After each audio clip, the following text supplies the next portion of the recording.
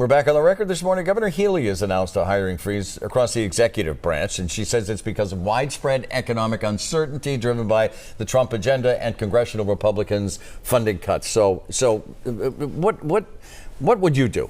Tell me what you would do. I would have a lot more budget discipline a lot earlier on. Our state budget is due to cross $61 billion this year. A dozen years ago, it was $30 billion. And they keep wanting to raise taxes to facilitate this higher growth in our budget. So we need a lot more budget discipline.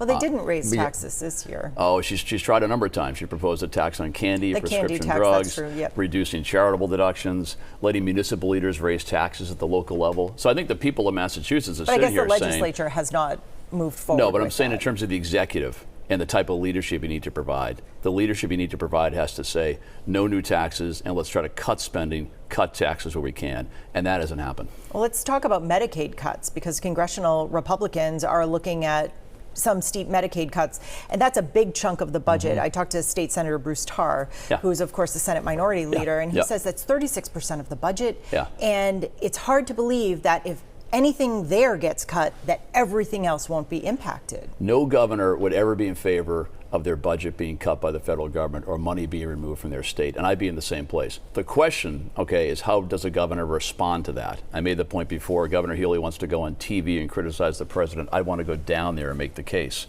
And we talked about the Pan Mass Challenge earlier. The reason why my family and I ride the Pan Mass Challenge every year, and the reason why the federal government invests in Dana-Farber and other great institutions here, is that they get results.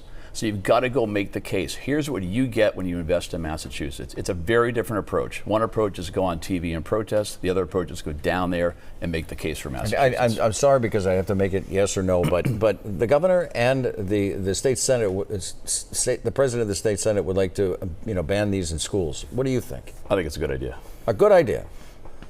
All right, very good. Mike Keneally's in the chair. Thank you so much. Great to see you. Great to see you. All right. Complaints about a Boston redevelopment project and the country's top health officials' surprising message to Congress. Our political roundtable is next on the record.